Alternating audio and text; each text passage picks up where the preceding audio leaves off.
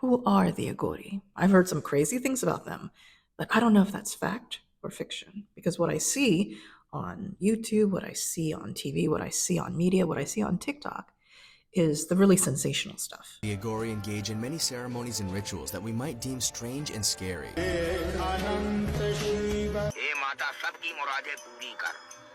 A very small movement, mostly of ascetics, prove this belief by taking part in ostentatious displays of defilement.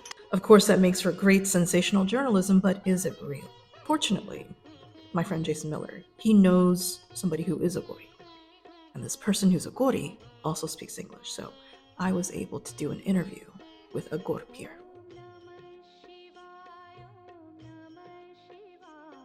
I was born in Mombasa, Kenya, in East Africa. And my father is Indian, my mother is Arab. And at age 11 years old, I moved to Houston, Texas. My first trip to India was when I was 17 years old. And that's when I first got initiated into a particular branch of Tantra called Dravidian Tantra, which works with the Divine Mother. It's quite a different tradition from the Aghori tradition, because Dravidian is mostly a right-hand path tantric tradition, while Aghori tradition is more of a left-hand path tantric tradition. In Sanskrit or Hindi, we call it Vama Marga, which means the left path. And the reason we call it that is because the feminine usually in a ritual sits on the left-hand side of the man who's performing the ritual. In a lot of images of gods with their consort, the female is on the left-hand side or sitting on his left lap. Many people may not realize this, but there are many, many ethnic Indians, as in people from India, who live in Africa. Yes, my great-grandfather moved down to Kenya during the time when the British ruled India. And so Kenya was a colony of India. Now my mother's side, her family is originally from Zanzibar. It's not far from Kenya, but there were Arabs from Oman originally that moved to Zanzibar. Mombasa, where I lived from the age of birth, where I was born, until age of 11 years old, Mombasa was a very spiritual city, kind of similar to New Orleans. Mombasa was mostly settled by Arabs. They intermixed with the African Black people from the Bantu tribes, and they created a culture called the Swahili culture, which is actually the language spoken in Kenya and Tanzania and parts of Uganda, Swahili language. And so they had an intermixture of African, Bantu, tribal beliefs and Islamic beliefs from Sufism, which is the mystical part of Islam. In Mombasa, there's a lot of workings with spirits. They would leave offerings by the trees. They would believe that before you cut down a tree, you have to ask permission of the spirit that resides within the tree, like in animism. And so this is the kind of cultural environment I grew up. I felt, very connected to the spiritual plane, even as a child there. My mother and father were Muslim. Even though my father's ancestry, like 4 or 5 generations back, were Hindu. India itself has a large Muslim population. The Emperor Akbar, who ruled in India at one time, he encouraged syncretism. In fact, he started his own religion called Din Ilahi, which mixed Hinduism and Islam. And he married a Hindu princess. In fact, there's a movie in Bollywood called Jodha Akbar. It's the story of the Emperor Akbar and his Hindu wife, Jodha. It shows the intermixture of the cultures. He tried to learn from the spiritual masters of both traditions, and he was very open to it. Bollywood produces more movies than any movie studio in the whole world, including Hollywood. I would say my initial initiation came about through Bollywood. Let me tell you how that happened. When I was 4 years old, I was raised a Muslim, of course, and we were watching Bollywood movies. And at that time, in the past, before they showed the movie itself, they would have a little preview and you'd see the Hindu gods, like the 3 gods, Brahma, Vishnu, and Shiva, or either Shiva with his wife. And in the background would be singing, Om Namah Shivaya, Om Namah Shivaya, Om Namah Shivaya. Om Namah Shivaya means I surrender to Shiva. Shiva is the Hindu god who is the destroyer, the transformer, the supreme. It represents the self as well as represents auspiciousness. He is actually the patron god of Aghora too. But anyway, so as a child at 4 years old, I'm watching this Bollywood movie with my family. So this music comes and I'm singing along. Om Namah Shivaya, Om Namah Shivaya. And my parents said, oh, you become Hindu now. And I said, I like it. So I believe at that moment, I had created a connection with Shiva. Years later in meditation, Shiva showed me. I had forgotten about that episode. And I said, how did I end up following you and following this? And he said, well, you've been part of my tradition for many lifetimes. And in this lifetime, I called to you when you are 4 years old. And then he showed me the memory. I saw myself as a child at 4 years old chanting that while watching the Bollywood movie. A lot of people, they're looking for very precious signs that they should work with a deity or they should go into a certain path. But you bring up a very good point that it could be something as beautifully every day as watching a movie that really speaks to you. It doesn't always have to be like some really super occult thing. No, it doesn't. It doesn't. I think people mystify spirituality too much. And sometimes the spiritual things are in the normal things. It helps to have somebody who's a mentor, especially in a path like Aghora, because Aghora is in the left-handed path. It's a more dangerous path in the sense that it's like a razor edge path. You can either go very fast or you can fall very fast. The right-handed path is easier, much easier. Will also take you to the divine, but the left-handed path will take you faster, but more dangerous. There was a guru in India named Dattatreya, who was an incarnation of all the trinity of Hinduism. Brahma, Vishnu, and Shiva came as one, incarnated as Dattatreya. And some people say Aghora comes from Dattatreya, and some people say Aghora comes from Shiva himself. But Dattatreya and Shiva is not different because Dattatreya is part of Shiva and Shiva is part of Dattatreya. So Dattatreya, when he was born, he was in an area where he didn't have a teacher at first. And he took nature as his teacher. There was many different animals that taught him. He would observe different animals. He would observe trees and they become his gurus. And that's how he became enlightened. If you spend some time in nature, you can experience things. I spend a lot of time sky gazing, just looking in the sky, just thinking about the vastness of the sky. And in that, looking just in the sky, I experience this awareness that transcends everything. Aghora goes through the path of darkness into the light. We go to the lowest depths. And when you've gone to the lowest depths, there's no place you can go except the highest. You can only rise from the lowest. While people, they want to hang out with, holy saints and all this, we want to hang out with the prostitutes. We want to learn from the murderers. We're going to go sit with them and see how they got into that situation. I spend a lot of time with prisoners. I go and talk to them. I talk to people who are the lowest part of society, the homeless people. I spend time with them. I just go and live with them for a little while. So on TikTok, the way that young people think about Eastern esotericism is that it's extremely pure. They know things that Westerners don't. There's a superiority, but it's like a very abstract, distant, not here sort of superiority. It's like Buddha. It's just so removed. It's so Zen. It's so all of that. And what I'm trying to show this Western audience is that actually there's a very intense, visceral, living, bodily connection that Tantra and the Aghori have, which may surprise Westerners. So I'm curious to know, how would you define Tantra? Okay, first of all, let's talk about Hinduism in itself. The word Hindu comes from the Indus River. It was a term given to the people that lived around the Indus River area by Westerners, Hindu. But the original term for Hinduism is Sanatan Dharma, just like the original term for India is Bharat. So Sanatan Dharma means the eternal religion. Now, Hinduism as we know it today is actually a mixture of the Vedic tradition that came with the Arya people who came from the north area of India, the south of Russia, Caucasus area.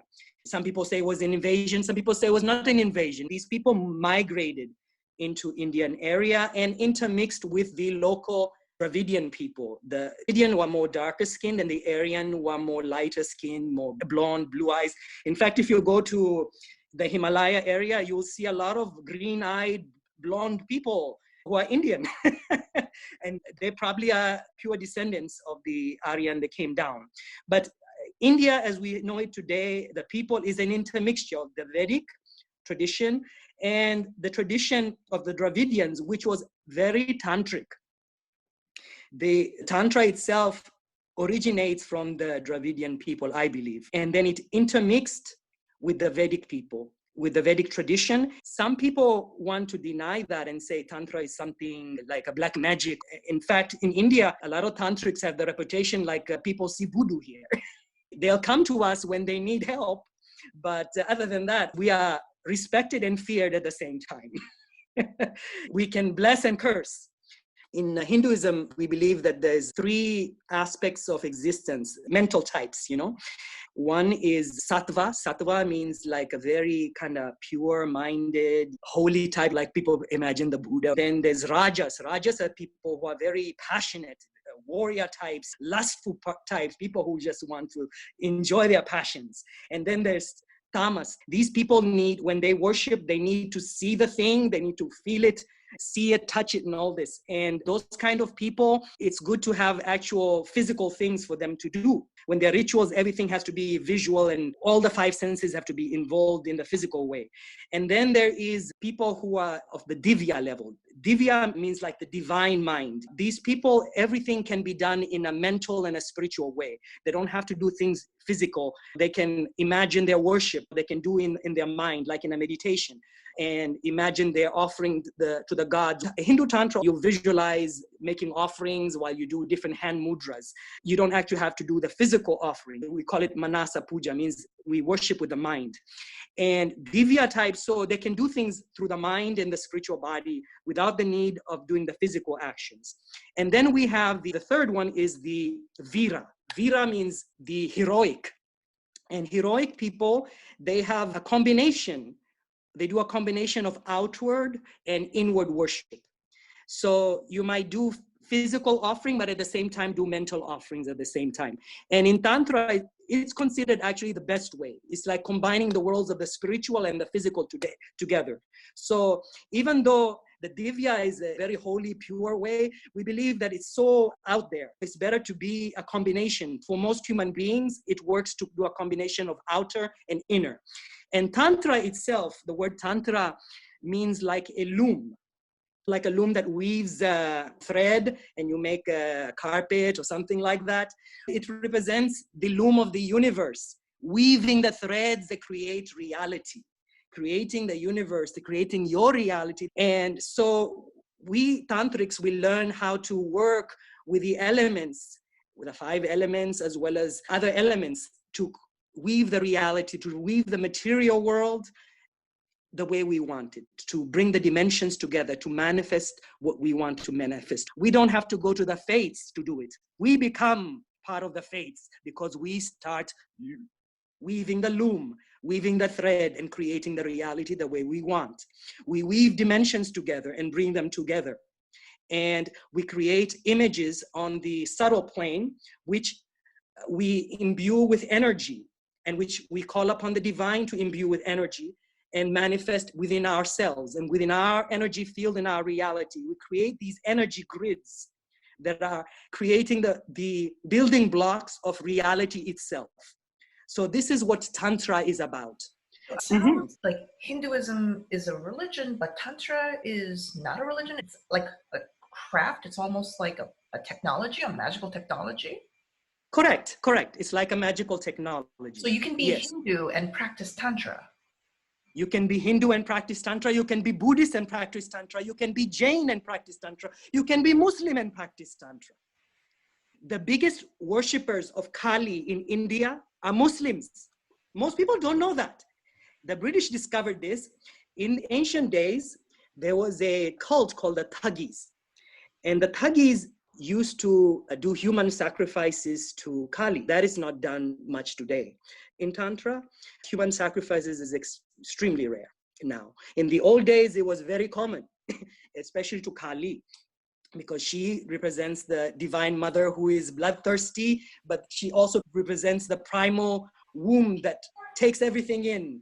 She was considered very bloodthirsty, but she's also mother, very loving too. She's both. Oh my God, Because this reminds me of in Indiana Jones and Temple of Doom. They were yes, doing human sacrifices to Kali Ma. yes, but that is, like I said, this is in the old days. You know, a lot of cultures did human sacrifices. Yeah. The Druids, as you know, considered to have done human sacrifices in Europe, as well as many other cultures. Right. It was the thing in that day, because they thought it was the best offering to give to the divine. Of course, sacrificing somebody else is not as good as sacrificing yourself. If you're really gonna please her, go cut your own head and give it to her. Your own blood. I don't believe in doing human sacrifices, you know. I think we have moved beyond that. I don't believe in doing animal sacrifices anymore. I've seen it many times done. And in some of the temples, like in Calcutta, there's a nice Kali temple there. You see a lot of goats being sacrificed. If you go to Kathmandu in Nepal, you see a lot of animal sacrifices done. Usually it's a goat, but it has to be a specific animal. It has to be a male animal to a female deity. You never sacrifice a female animal to a female deity in Tantra. You will get the goddess's wrath. So it has to be a male, like a goat usually, or a cock is sacrificed to the goddess Kali. And then the meat is cooked afterwards. It becomes a holy animal. The animal is treated very humanely. They bathe the animal, they put flowers on it. And when they kill it, it's very fast. And then they offer the blood to the statue of the deity. But, you know, I've talked to the mother and she told me, they do these rituals for me and I accept them, but I don't need them. I need more their devotion than these blood offerings. And a lot of tantrics believe that too. And there are tantrics who do not practice any of these animal sacrifices, who are pure vegans. I'm a vegan myself. I was not always a vegan. You know, I came to this evolution of veganism when I experienced the state of Aghora more. At one time, I had studied other paths. Years back in San Diego, I spent some time in the US Navy. And when I was in San Diego, I was initiated in a African traditional religion called Palomayombe. And animal sacrifices are very common. And I participated in the animal sacrifices at that time. But we don't judge people who eat meat. There is a ritual in a Tantra, which is called Panchamakara, which means the 5 M's. And in this ritual, meat is one of the offerings that's offered. Now, you can do it either in physical form, actual meat, or you can do it in symbolic form. A lot of times, for those who are vegetarian or vegan, a coconut symbolizes the head of a human being. So when you break a coconut in a Hindu temple, it's like you sacrifice a human being, but in a symbolic form. You're actually sacrificing your own head, your own lower passions to the divine. When you first went to India, when you were a teenager, you were initiated into Tantra. Yes. But then you had to come back to America, right? Yes, yes. Now, let me tell you how I got to India. I was a teenager. I didn't have the money at the time to do it. And when I was 16 years old, I used to like to hang out in the New Age section of the Barnes & Noble and Borders bookstores. Well, one time I was walking through the New Age section and a book literally flew out of the bookshelf and hit me on my chest. And the book was called Autobiography of a Yogi by Paramahansa Yogananda. I ended up buying that book. And I went home and I was reading through the book. And then in the book, there was a sketch that Yogananda did of a immortal master he called Babaji. According to Yogananda, this master has maintained a physical body for centuries and centuries. This master is like a teacher of teachers. He doesn't just teach himself, but he teaches other masters because he is so high. He's an avatar. An avatar means a descent of the divine in a physical form. And so, and Yogananda said that if somebody calls upon Babaji sincerely with a pure heart, Babaji would either appear to him or would give them a blessing. So I say, oh, this is very interesting. I wonder how I can do this. I am going to try and call this Babaji. Now, I didn't know much about meditation at age 16. The only thing I knew about meditation is what I'd seen on TV, people sitting in cross legs and chanting Om. So I sat cross-legged and started chanting Om and just Oming. And I looked at that picture, the sketch from the Autobiography. I just kept doing the Oms and praying in my heart, Babaji, please come to me. Please come to me. Grant me your blessing. I must have been doing this for maybe 45 minutes to an hour or so. With my eyes closed, in my bedroom, I had turned off all the lights. It was at night. Suddenly, the room got really bright. And I thought my mother had opened the light to my bedroom. And so I kind of peered with my eyes open a little bit. And no, the light was still turned off. And the light was coming from the corner of the room. And in the corner of the room, I saw Babaji. Till today, I do not know if this was a vision or if it was a physical manifestation. And the person started appearing like the image in the paper. The face turned into a very handsome young man with long hair. I should have been scared, but I wasn't. I said, "Are you Babaji?"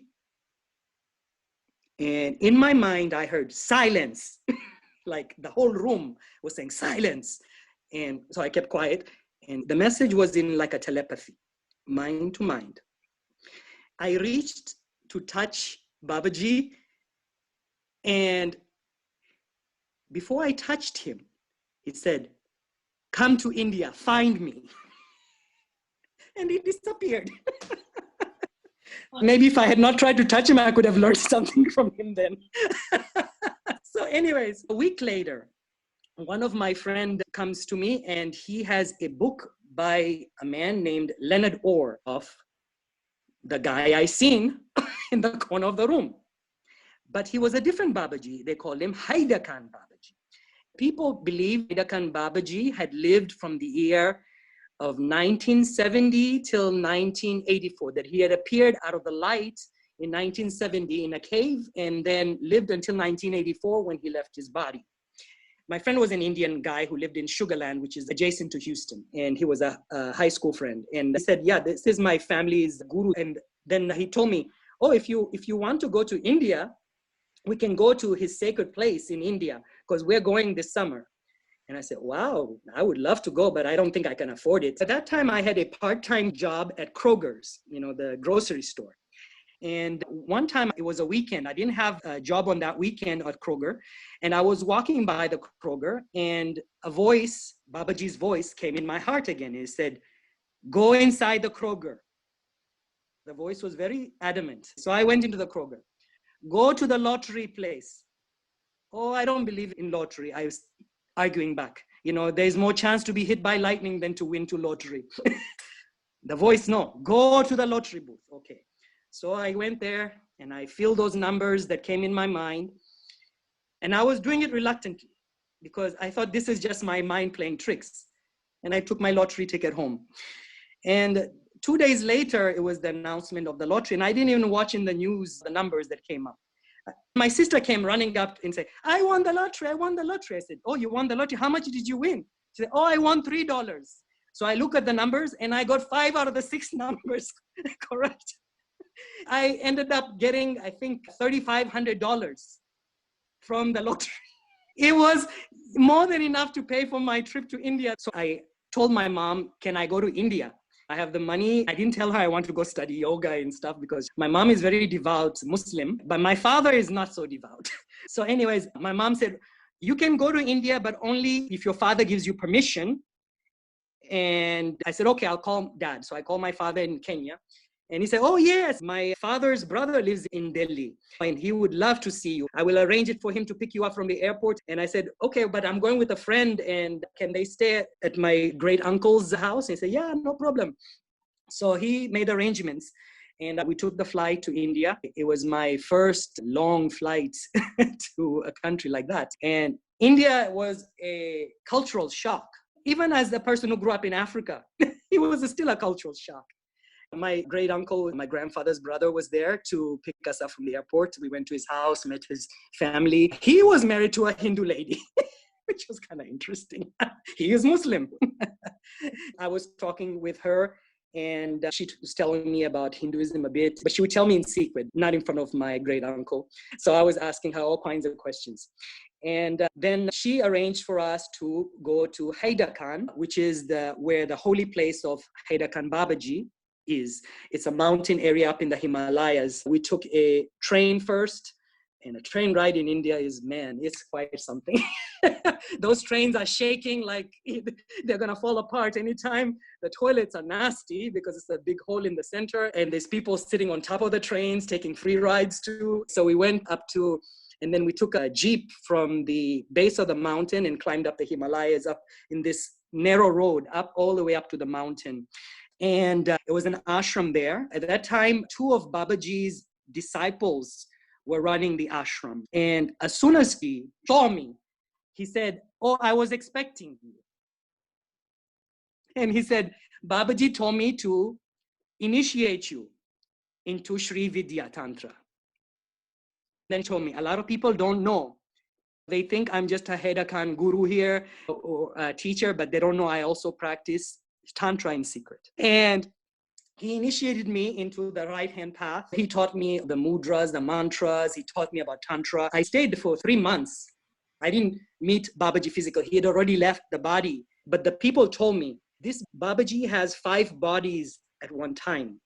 One is an immortal body that's roaming in the Himalayas somewhere that very few people get to meet. And sometimes he will project his consciousness in another body and will live within that body for a period of time and then drop that body. There is a technique in the Nath tradition, as well as in other tantric tradition, where a guru who is realized can project their consciousness, their body that they create, their light body, and take over the body of a dead person and resurrect that person and become that person. Let's say somebody wants to commit suicide. They take some pills and die. Right at the moment when they're dying, the guru can enter the body and take over their body and live for whatever time they want to live with that body. And then when they're done, they drop that body, or when that body gets old, they drop it and move on to their other body. This is a form of immortality that some tantrics have achieved. The technique is called Parakaya Pravesha, which means transfer of consciousness. The search for the philosophical stone is not just in the West. In India, they have their own alchemy tradition. I haven't studied too much of the alchemy tradition in India. It's a very vast tradition. But they do take things like mercury and sulfur and other things which can rejuvenate the body and in longevity. In the West, when we think of Tantra, I mean, I knew that Tantra wasn't just like the Neo-Tantra, sex for 5 hours. When you think about Tantra, try to think more like the Tibetan Buddhists, what they do. This is more actual to what the Hindu Tantra is, except the Tibetans take the ritual thing too much. They will spend, oh Lord, too long doing it. And Tibetan Tantra, they do a lot of reading from texts. We don't do so much. We have some texts we read, but we do more of the mantras, chanting mantras. Mantras are words of power that invoke the particular deities. And in the Nath tradition, which is my tradition, my particular Aghori tradition is part of the Nath tradition, which I'll go into a little bit what the Nath tradition is. But in the Nath tradition, we have certain mantras that are very different from the regular mantras that you'll see on YouTube. We call them Shabar mantras. And Shabar mantras are very similar to spells. Some of them can be quite long, actually, and some of them short. They could be in Hindi, they could be in Urdu, they could be in many different languages, but they act like spells, and then they throw in some words of power in there to get the deity to do what you want. So you might say, "Hey, Kali, you are the lady of darkness. Oh, your name is, your power word is Krim. I call you, O Kali. Come do this for me. If you don't do it, I'm going to bother your husband until he makes you do it and pull you by the hair." See, we tantrics don't always treat the deities as holy and pure, like we treat them like you and I sometimes, because we see ourselves as divine too. The gods and goddesses are also evolving. They're also becoming more perfect. A lot of times I've been in meditation and I talk with a particular god, goddess and god or god. And sometimes, they're devotees, they are worshiping them like Kali. And Kali will sit there and put her most serene face and, oh yes, my devotee, I bless you. Oh yes, oh yes. And as soon as the devotee goes away, Kali is like sipping tea with me and say, yeah, why do they need to go through all this? I am their mother.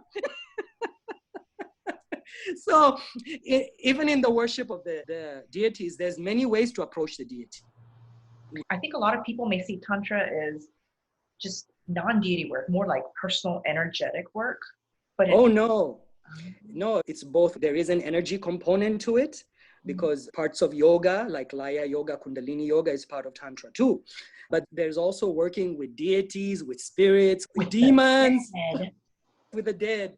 First of all, in the Aghora tradition, we Aghoris spend most of our time in Samshan. Samshan is a cremation grounds where people are burned, the bodies are burned. Usually they put the body on the wood and they burn it with herbs and fragrant things. And then the ashes or the bones that are remaining are thrown into the Ganga river or some other holy river. And so a lot of tantrics, a lot of Aghoris, you'll meet them in the cremation grounds. Why do we spend time in the cremation grounds? Because Shiva spends his time in the cremation grounds. Shiva is the destroyer, but the destroyer is also the transformer. And Shiva is our mentor. We call him Adinath, the primal Nath, the first Nath. And so we spend time in emulation of him. And Shiva carries a skull or skull cup in his hand, in one of his hands. How he got this skull cup? Well, in Hinduism, there's the Trinity, Brahma, Vishnu, and Shiva. Brahma is the creator of the universe. Vishnu is the preserver of the universe. And Shiva is the destroyer of the universe. And each of them have their own wife who is like their soulmate. Brahma's wife is Saraswati, the goddess of knowledge. Vishnu's wife is Lakshmi, the goddess of wealth. And Shiva's wife is Parvati, also known as Durga, also known as Kali, because she has many faces. She has 10 main faces, which are called the Dasmahavidya, which in part of our practices, we work with each of these faces, kind of like in Kabbalah, they have the 10 Sephiroth. Well, these are the 10 main faces, the Dasmahavidya. Among them is Kali, Tara, and others. We may spend 40 days working with each of the aspects to doing their mantras, doing their mudras. The word Tantra, okay, I was telling you, is a loom to weave the universe, but it also means like a ritual, magical procedure too. It involves mantra, which is a word of power. And this could be the regular Sanskrit Vedic mantras, or it could be the Shabar mantras, the spells I was telling you about. The second thing is mudras. Mudras are hand positions. They connect different parts of our energy field with our chakra system and our nerve systems together. It activates different channels of our energy system connecting to the deity. And if you look at a lot of images of the deity, you'll see their hands in different mudras. Even the Buddha, you see in different hand mudras. Each of these mudras do different things. Some mudras can heal parts of your body, and some mudras we do for when we're making offerings or things like that. There's also body mudras, like how you sit, your asana. When you sit in meditation in cross-leg position with the lotus position, that's a mudra too. So it doesn't just have to be your hand position. The third thing, a mudra, is the sexual positions. If you look at the Kama Sutra, the Kama Sutra is not a holy text of Hinduism, but it has different sexual positions. These are also mudras too, different sexual positions, depending how you want to work with particular deities when you're evoking deities sexually too. Like I was telling you before, there is a ritual called the Panchamakara, which tantrics do, where we offer 5 different things. The Panchamakara means 5M. And the 5 things we offer is Madhya, which means wine, Mamsa, which means meat, Matsya, which means fish, Mudra, which means like grain or certain foods, and Maithuna means uniting with the particular consort, sexual union. Usually when it happens, you invoke the deity into your partner. It's kind of similar to the Wiccan Great Rite, but it's much more intense. So first, what you do is you do certain mantras to purify the environment around you. And then you do certain mantras and hand positions to invoke the deity and mudras to invoke the deity within your body. So the male will invoke the god Shiva within himself. And the female who's doing this ritual with you will invoke Devi, the goddess within her, whatever aspect of the goddess you want to work with. In Tantra, we have a saying, that only a deity can worship a deity, truly. Only Shiva can worship Shiva. So we worship Shiva by becoming Shiva, or we worship Shakti by becoming Shiva. So I may invoke Shiva in myself, and she may invoke Shakti within herself, the goddess, or I may invoke it into her if she doesn't know what she's doing. Because sometimes it could be a prostitute who doesn't know, and we have to train them. And we invoke the deity within that person. And then we make the 5 offerings, not offering to the person themselves, but to the deity within her. So we might offer wine, meat, fish, grain. And then finally, we might unite sexually, but it has to be willing. It's a meditative thing. So the Neo-Tantra, they took only part of it. They only took the sexual things and they forgot the rest of it. This does not sound like an everyday sort of thing. No, first of all, this is advanced, very advanced practices. Even if you go and ask most tantrics, they will not teach you this in the beginning. You have to be years working with them before they even introduce you to this, because it's a controversial subject for one thing. And like I said, you don't have to do the physical part. You can do it through mental offerings too. Even the sexual union doesn't have to be a physical sexual union with a human person. It can be uniting your root chakra, the energy of your Kundalini, raising it up from your root, which your root chakra is where the goddess lives. The Devi is down there, the Kundalini Devi, and the Shiva is in the crown chakra. And uniting the two is also Maithuna, uniting, becoming one. So some people are not comfortable with the sexual part, and they do it in the energetic way or the symbolic way. And that's okay too. I find that combining the two is really good if you can find somebody who knows what they're doing. I had 2 Aghori gurus that trained me. My first guru didn't teach me any of the sexual practices. In fact, he only taught me the mantras from the Nath tradition, the mudras, how to do the salutations, how to work with the deities, how to do puja, things like that. How I met him. First of all, okay, so I did my 3-month thing in India. You know, I got initiated in Sri Vidya. I came back to the United States and I was practicing Sri Vidya. And at that same time, I started looking into Buddhism a little bit because Buddhism practiced Tantra.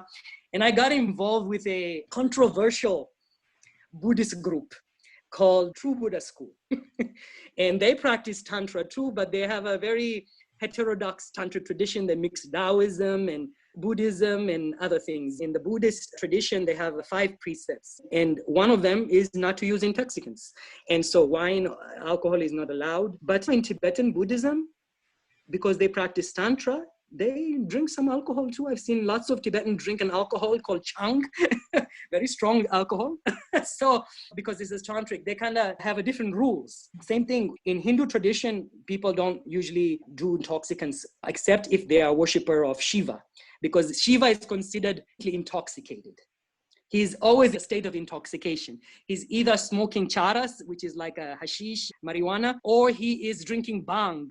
Bhang is like a marijuana milkshake or hashish milkshake. Yeah, they say that's his favorite offering. You want to make him happy, give him some bhang because it approximates his state of consciousness. They say he's constantly intoxicated. But you know, when we tantrics use drugs, we don't do it recreationally. It's done in a very ritual, spiritual way. First of all, even the plant that we take, we don't go down the street and buy it from some drug dealer. The plant is cultivated, grown ritually, and cultivated ritually with mantras at the right timing, right planetary hours, right phases of the moon, things like that. And before you cut the plant, you speak to the plant and ask permission. It's very animistic in that way. So the plant has its full consciousness power within it, not like something some drug dealer gave you down the street. Although you can use that too, except you would have to purify it to tantric ways. So then we might worship the plant itself before we cultivate it, and afterwards too. And when we take an intoxicant, we'll recite certain mantras that removes the curse from the intoxicant, the harmful quality from the intoxicant, where you get the positive quality of the intoxicant without the harmful quality. We might drink alcohol too. A lot of tantrics, they like to drink wine, they drink whiskey. Sometimes they'll drink gallons of whiskey, and this person looks okay. He hasn't died or anything. How he did it? Because we in the relationship with that particular spirit of that alcohol. Each of alcohol has a deity or spirit involved with it. So we maintain relationship. Like the Mahanirvana Tantra, which is one of the tantras, says that Tara, the goddess Tara, takes the form of wine. So wine is Tara itself. But certain gods like Brahma and Shiva cursed alcohol and cursed a lot of intoxicants. A lot of people, when they take it, they get the curse part of it along with the positive part of it. So you might get a little wasted and enjoy a little bliss, but you get the hangover next morning, or you might end up being an alcoholic and beating your wife and forgetting what you did last night. That was bad. But if you do it the right way, like we do in Tantra, you don't get those negative effects. So I might take alcohol and I might do a mantra to the goddess Tara. Ya Tara Dravamai, Je Ma Tara Dravamai. Oh Tara, you who are the goddess of intoxication, bless this, hail to you. And then I might partake of that drink and I receive the blessing of Tara. I experience Tara within my body, flowing within me. I experience Tara enlivening my chakras. Same thing, I might take the bhang, or I may smoke a chilam. Chilam is a pipe for charas, which is a mixture of tobacco and fish or marijuana. And I might say, Bum Bum Shiva Shankar Shiva Lahiri Om Namah Shivaya Jai Bolena. So I am calling about Shiva and I'm praising his qualities as the intoxicated one, the one who is the ocean of bliss, to bless that particular substance that I'm about to take. So Shiva then comes within my body and fills me with his love, his presence as I partake of that. And I experience a very high state with it. I don't get the bad part of it. I get the good part of it. It becomes like an elixir, you know, an elixir that has been blessed with magical energies. So when you came back to America and then you got into Buddhism, you studied a little bit more about that, but you weren't an Aghori yet. I was practicing Tantra. I was practicing Buddhist and Hindu Tantra, but the right-hand pathway. I wasn't doing the left-hand path practices because I hadn't been initiated. Some people, they initiate into a tradition because they want to do the devotion. It's almost like a religion for them. Others, they initiate into it because they want the power. They want to do magic and they want to like make a lot of money or this or that. What is the point of initiating into Tantra? Well, depends on which path we're talking about. In right-hand path Tantra, the point is jnana, which means wisdom, and karuna, which means compassion, to develop wisdom and compassion. In the left-hand path, it's vidya, which means knowledge. And it's not just a knowledge like a regular knowledge. We're talking about like Gnostic type knowledge, knowledge of experience, where you experience for yourself the spiritual realms. And siddhi, siddhi means power. So we're all about the knowledge and the power, baby. I'm just playing. But in Aghora, Aghora starts out in the Vamamarga, but you move into the right-hand path. You combine the two. You start with the left-hand path, seeking knowledge and power, but you also develop wisdom and compassion along the way there. Because it's like a snake that moves up your spine on the right and left-hand side. When the Kundalini is really flowing, it flows through all the channels. We have three main channels in our spinal system where the energies flow. One is called the Ida, the other is Pingala, and the center is Sushumna. Ida is the lunar channel, Pingala is the solar channel, and Sushumna is the middle channel. So these channels go from the base of our spine all the way to the top of our head. Not in our physical body, but in our spiritual bodies, in our subtle body. And so when the Kundalini rises, it pierces each of the chakras. The chakras are energy centers within our energy subtle bodies.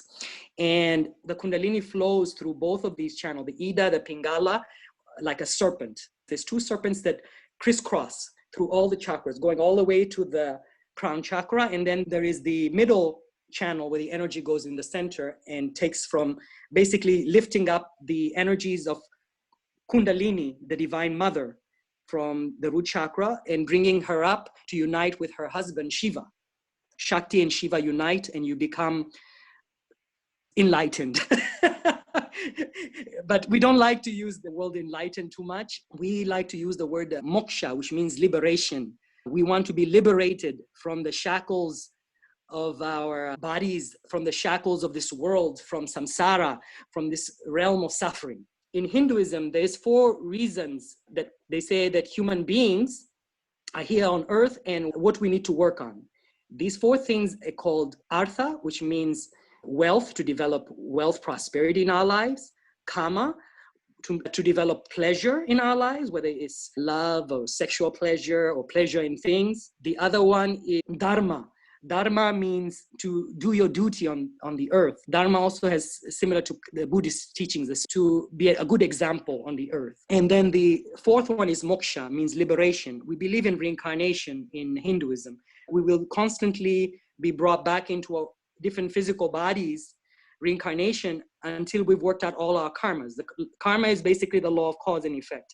You do an action and there's a reaction from that action, and it might be good or bad. The karma you don't get necessarily in the same life. Sometimes it can happen in the same life, or sometimes it might be many lifetimes. That's why we see people who do bad things, but they're living nice lifestyle. Until you have attained moksha, liberation, out of the wheel of birth and rebirth, you're gonna have to come back and pay that karma. The universe abhors a vacuum. There will always be balance sooner or later. So we want to attain moksha. As Aghoris, we want to attain moksha.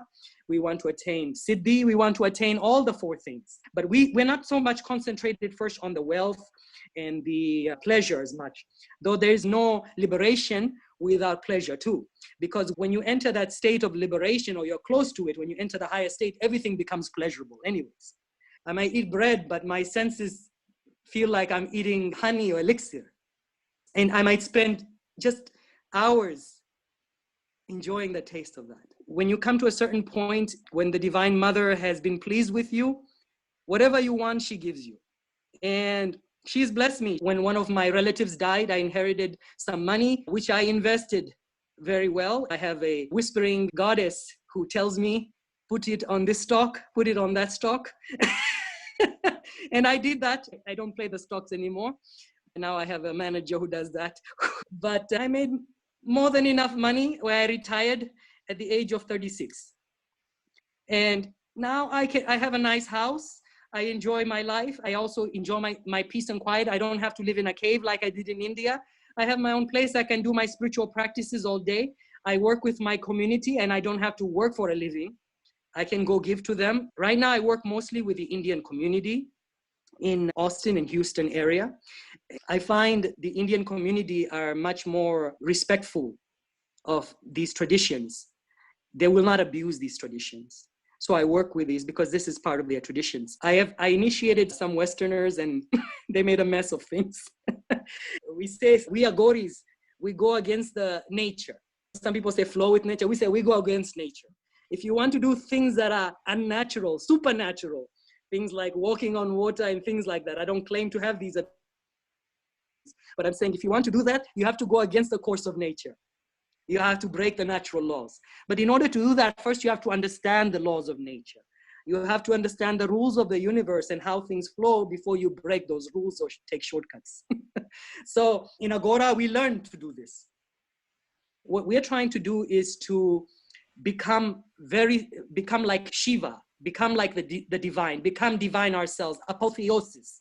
We are trying to divinize ourselves, to become more evolved, to attain liberation. The spiritual comes before the physical. So we create images on the subtle plane around our subtle bodies of the divine that we are worshiping. We might create an image of Shiva in whatever aspect we're worshiping, because Shiva has many aspects, just as Divine Mother has many aspects. So we create that image and then we chant the mantra of that deity and do the hand mudras until that image becomes very strong within our subtle body. Then the divine descends into that image and merges with you. Your ego gets purified. Your ego is like a wild horse, you know? So we train the horse and make it go the right places instead of it leading us the wrong places. So the divine merges within you, the particular deity, and it cleans out the bad parts of your lower nature and keeps the good parts, the virtues of your lower nature. Not that your lower nature disappears. Doesn't mean you cannot enjoy sexual things or things like that. No, but the parts that are harmful to yourself and harmful to others, those get wiped clean. And so it's like a wiping of your spiritual memories, of your causal body, of your karmas. The goddess will burn all those karmas in your causal body. That's why a lot of times you'll see the goddess in pictures next to a fire. She's burning your causal body, not your subtle body, your causal body, of the karmas. We believe that before the universe was created, there was the absolute reality. It wanted to know itself. And the first part of itself that manifests, we called Adya. Adya means the primal mother, the primal womb, the womb of emptiness, the womb of the void. She is also almost unknown. But from her, then she manifests herself as Shiva and Shakti, the male and female part of the universe, the yin and the yang, matter and consciousness, Purusha, which is the masculine force, and Prakriti. Purusha is the consciousness and Prakriti is the matter. And she manifests herself, Shakti, the divine mother, into different egos. The divine one plays the game of splitting itself, separating itself, then seeking itself to unite the male and female, the god and goddess playing together. First they separate and then they come together. So the marriage of Shiva and Shakti is also a big part of Hindu Tantra, merging those within our consciousness. And when Shiva and Shakti is intermarried, becomes one again, then we experience this state which we call samarasya, which means one taste. We experience everything as purity, as oneness, the oneness of everything, existence. You can be here and you can hear the birds in China if you're in that state. You experience the thoughts of all beings. You experience the truth of reality. You experience Sat Chit Ananda, truth, consciousness, and bliss. You experience luminosity, pure awareness. So this is the higher aims of Tantra. And then the lower aims is also to get these material things, to get your girlfriend, your boyfriend, whatever you want.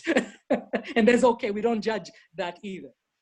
And so you got into Buddhism after you came back Yes. from India. You studied that for a little bit. The reason I got into Buddhism is I wanted to learn meditation. And there was a Buddhist temple right across from University of Houston, and it was a Chinese Buddhist temple. It was actually Thai monks. And I made good friends with these monks, and they started teaching me Theravada Buddhist, which is Thailand Buddhist tradition, which is very different from Tibetan Buddhism, by the way.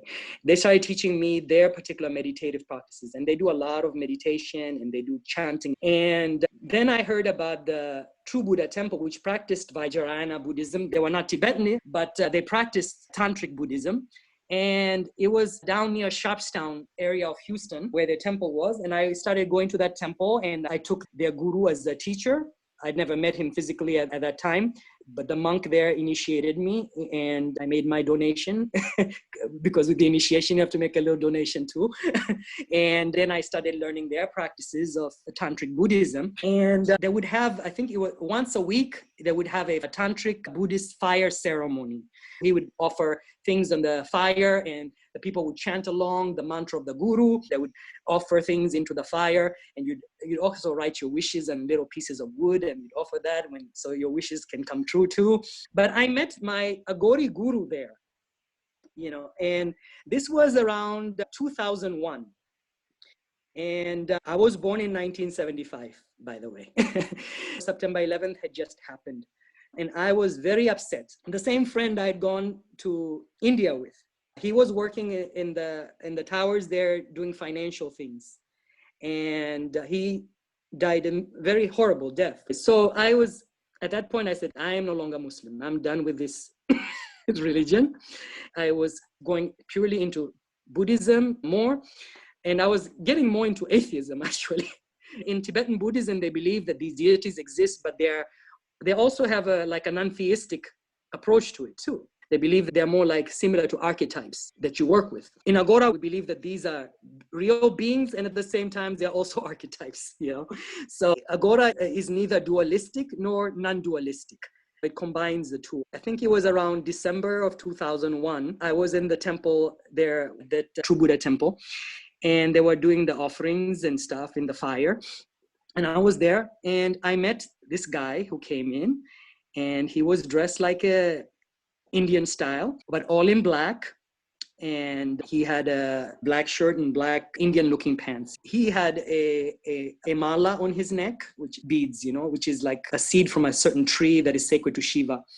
And so I recognized the mala. I said, "Oh, I like your mala. That's Rudraksha, right?" He said, "Yes, yes, yes. How do you know about it?" So I told him about my trip to India and stuff. And he said, "Oh, yes, yes." I asked him, "Are you a follower of our guru, the Buddhist guru here?" And he said, "Oh, no, I'm not a follower of his. I just like their fire ceremonies."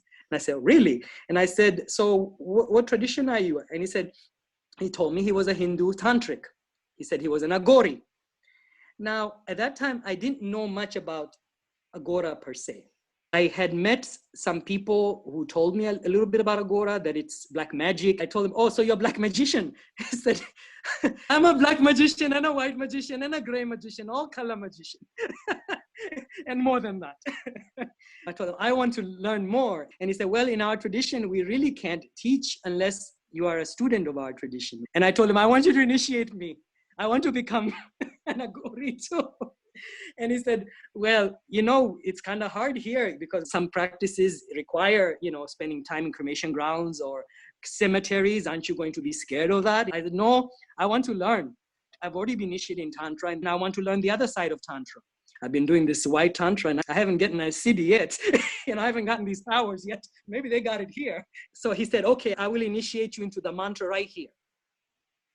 And he gave me the mantra, Om Shiva Goraksha Yogi, which is the mantra for the Nath tradition. Now, the way that the mantras of Nath tradition work, it's not just you can read a mantra from the book. You have to hear it at the right time, at the right place. And a lot of times when mantras are given, they're given during a fire ceremony. And we were already having a fire ceremony. So it's the right time, and it was during the full moon. It was the right timing too. If the mantra has been repeated by that guru enough times, and we can spend hundreds of thousands of times to make the mantra charge with energy by reciting it. The first level of a mantra to get siddhi is you have to recite it 125,000 times. Just the first level. How many hours is that? How many hours would that be? Okay, so reciting a mantra 2,500 times usually takes you about half an hour. So reciting it 5,000 a day would take you about an hour a day. And if you recite that for 25 days, I believe that's 125,000. Okay. So that's the first level to get the first level siddhi of a mantra. Then the mantra, you can do things with it. The more you recite, the more power it accumulates, the more energy. But if a mantra is given to you by a guru sincerely, and when they give it a certain way, like he whispered the mantra in my ear 3 times, and then he blew on my forehead and in my ear, giving me the diksha initiation for that mantra. I said, "How many times do I have to repeat it?" He said, "Just repeat it 108 times for now. If you want to do more, it's fine. Just 108. He said, "But you start experiencing some things if you do it." And he said, "Be careful." Because when you start certain practices, you attract attention from the spiritual realm. So other spirits get attracted to you, and some of them might want to test you. I started doing the mantra 108 times, and then I increased it 1,008 times. A mala, which is the rosary beads, is usually 108 in Hinduism and in Buddhism. So just one mala a day. And now I'm able to do 5,000 mantras a day or more, depending on the day and the time I have. And then later on, you're taught the mudras for particular mantras and particular deity. Like if you look images of Tara, who is one of the deities in Hinduism as well as in Buddhism, and Tara, the Samshan Tara, which is the Tara that lives in the cremation grounds. She's kind of scary looking. She looks a little bit like Kali, but she is blue colored. And she has like a tongue that's dripping blood. And she's holding one of those curved machete swords that we cut the goat's head with. And she's holding a skull in another hand. And she's holding a noose, like hangman's noose, in another hand. And another hand, she's holding a pair of scissors. And each of these imagery has a different meaning. And then she has a garland of skulls, human heads, severed heads on her neck. And she has severed hands on her waist. And she's pot-bellied and she's blue colored. So this is an image of the deity. So when I chant her mantra, I will visualize her image. First before me in front of me, and then later on becoming one with me, one with my subtle body, you know, merging with her. So it's not just chanting a mantra by itself. You have to know that the particular image of the deity that you're working with that mantra. And then the mudra, which is the hand position or the body position for that particular deity. Now, all these things combined together makes the tantric ritual itself. And it's like a combination lock. When you have the mantra, the mudra, and the image of the deity, sometimes the deity can be called forth in a talisman called a yantra. Like in the West, you have sigils. We don't work with sigils, we work with yantras, which are geometric figures that are sometimes etched in copper or metal, and sometimes it's just drawn in paper. And so each deity has also a yantra, or it could be an image of a deity in like a statue. So it helps us to imagine that deity because it looks like that deity. We put the combination together and we can open the lock where we can experience the deity within our own subtle body system, within our own consciousness. So he taught me all these things in the days to come. I spent many years with him, learning with him. I learned many things about Tantra. And since we didn't have a cremation grounds, he taught me how to create a portal in my own backyard in my house to make it like a cremation ground, but more of a graveyard. And it required burying next to a tree 5 different, we call it Pancha Munda Asana, which means the seat for 5 skulls. 4 of the skulls are animal skulls, and the last skull is the human skull. Or you can use 5 human skulls, but it's kind of hard to find human skulls. But you know how things work out. I met somebody who ended up giving me the skull that they had received from their grandfather who practiced tantric Buddhism from the Karma Kagyu tradition. And so I had this skull bowl, which is called a kapala in the Tibetan tradition, and kapar in Hindu Tantra. In India, it's easy to get skulls because you go to the cremation grounds, there's a bunch of skulls there, or in the Ganga River, the way they throw the bodies, you can dive in the river and pick a skull. It's very easy. We don't go and rob graveyards. We don't do that because you're going to work in a relationship with the spirit of the skull. So you don't want to go desecrate their grave. I did learn how to do the technique, where to transfer my consciousness and revive a dead body. But I don't know if I want to maintain physical immortality in that way, or if I want to just go on after I'm done and unite with Source and not to have to come back here on this earth anymore. So I'm still deciding what I want to do about that. But anyways, my guru, his name was Sri Bhutnath. Bhutnath means Lord of Ghosts. People who are initiated in the Nath tradition, they usually have Nath at the end of their names. Nath means Lord. And so it was a very nice name for him because he worked with ghosts and spirits too. Later on, when I had attained a certain level in this tradition of consciousness, I was given the title Aghor Pir. Aghor comes from Aghora itself, which is our tradition, and Pir means a teacher. So I am a teacher and a lineage holder in this tradition, and not everybody has this particular title. Nowadays, Is your blog still up? I had it for 2 years and I removed it afterwards. Some people were using my blog as their guru then. They started doing the practices based on the blog. Left-hand path Tantra is very dangerous to do on your own without the guidance and protection of a guru. Not just left-hand Tantra, even right-hand Tantra, you have to have a guru who can guide you on the practices because you're working with your mind also, and you can destroy your mind or you can open to things that will eat you up in your subconscious. Especially in Aghora, we do a lot of what is in the Jungian sense shadow work. Face all our fears and transcend them. In my blog, I wrote about some of the practices. Some people started doing the practices based on my blog and started writing me and saying, I had this experience, is this the right? Oh, this is going to be dangerous if these people do this. I don't believe in those gurus who have 1 million followers and never interact with their followers, because those followers can be lost, even if they learn some practices. You need somebody who can observe you and see how that practice is working for you and make some adjustments from time to time, because realized guru can be able to see in your subtle bodies too. We develop clairvoyance and clairaudience, where we be able to tell some things as if your practice is going right for you or if it's screwing you up. I had somebody who was trying to do Kali practices, and these mantras should not be done as a householder. They should only be done if you are renunciant or you're living in the cremation grounds or something like that. Because if you do these mantras, there's actually only one aspect of Kali that should be worshipped by a householder. It's called Dakshinamurti Kali. That one is okay for householders. The rest of them probably not a good one, because Kali wants to liberate you quickly, and she will destroy you. She will destroy your life. She will destroy your relationship. Anything that keeps you from ultimate reality, she will take away. She doesn't give immediately. She'll give when you reach a realization, but she'll start taking away things. So anything that holds you back, if you're attached to your beautiful car, man, you're going to get a car accident. If you're attached to your boyfriend, he might die from a heart attack.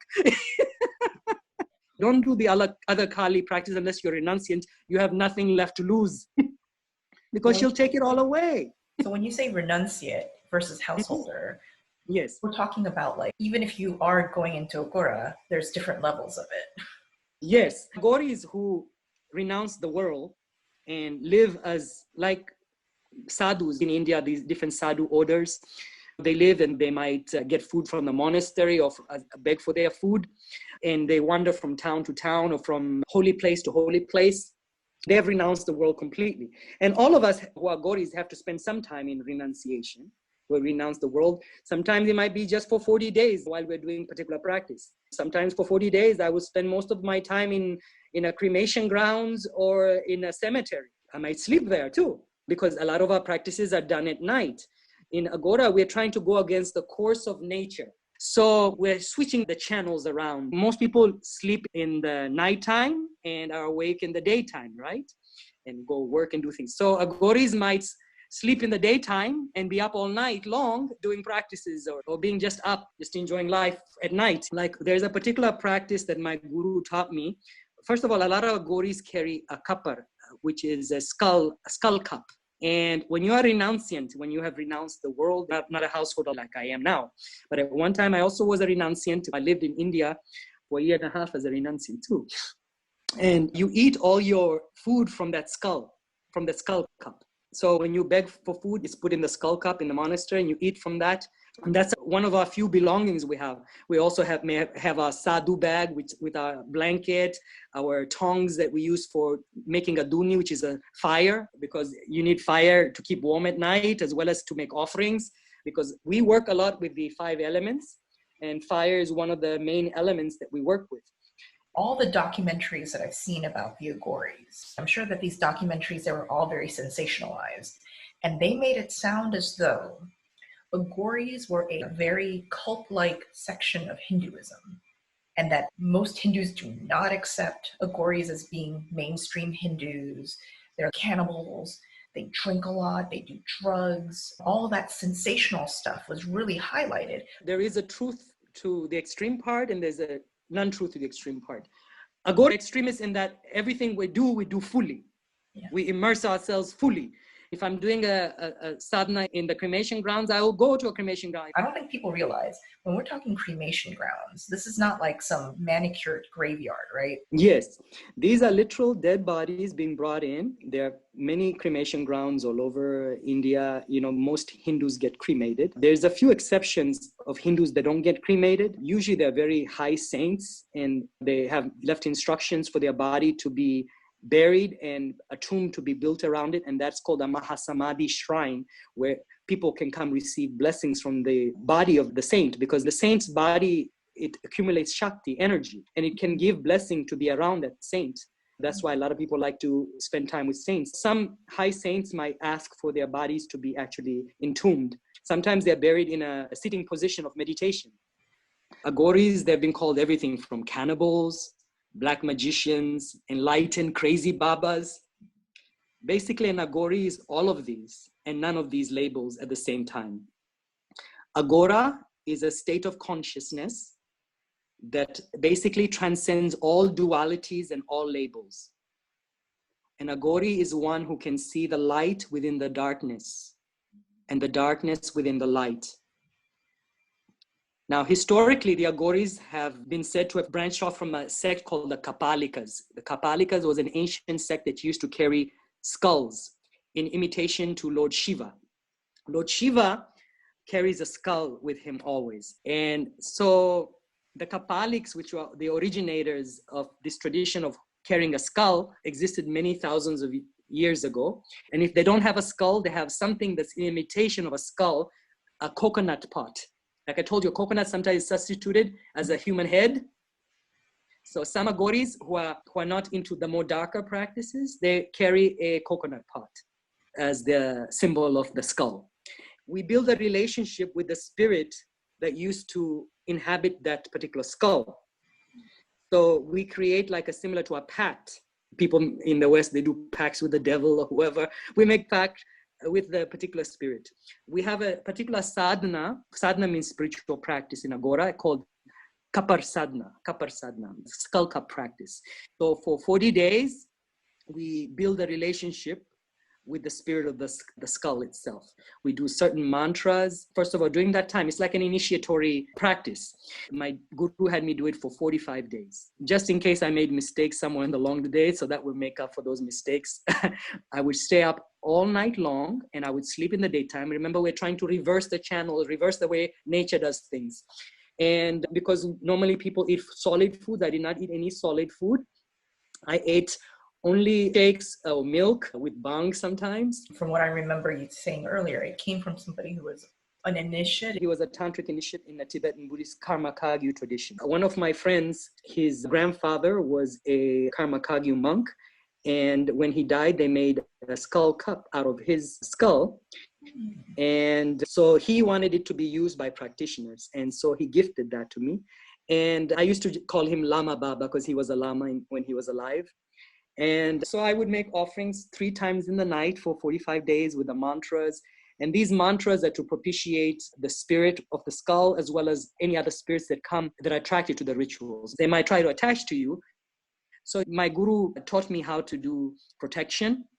Like, you know, in Wicca or ceremonial magic, they'll cast magical circle. Well, we do also something similar to a magical circle, but with our own mantras. One of the way we protect ourselves, especially when we do things in the graveyard or cremation grounds, is we do a ritual called kilana, which means pegging or nailing something. So I might nail railroad spikes in a circle around myself and then tie with a black or red thread around me. So that becomes a boundary which the spirits do not cross. This is not so much necessary when you're doing kapar sadhana, but it's necessary when you're doing another sadhana called Shavasana, is when you are sitting and doing mantras on an actual physical dead body, usually a recently died dead body. This is not easy to do in the West, but in India, you can bribe the cremation ground person and they'll let you sit on the body of some person who's not claimed, and you can sit on the body, or you can go to a graveyard and sit over the grave of a body of a person that recently died. Why would you do that? Well, for one thing, you get the liminal between the dead, the world of the dead and the living is where things come through this world from the spiritual world. Cremation grounds are liminal spaces. Cemeteries are liminal spaces.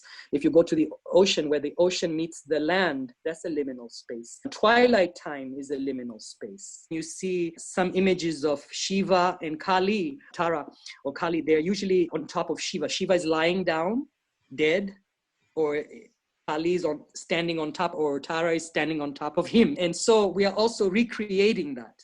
So we are on top of the body, the dead body.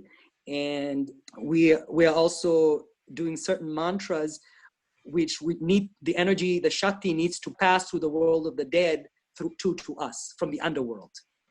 Because the dead are very connected to the underworld. Just like in shamanism, there are 3 main divisions of the universe: the upper world, the middle world, and the lower world. The upper world is where the heavenly deities exist, and the middle world is where you and I are at, and then the lower world is where the underworld, the dead, the demons, all these. And these worlds also have divisions. When we're doing certain of these practices, like Shavasana, when you want to attain some very high powers, power like Parakaya Pravesha, you know, to be able to send your consciousness at will into another body to revive the dead person.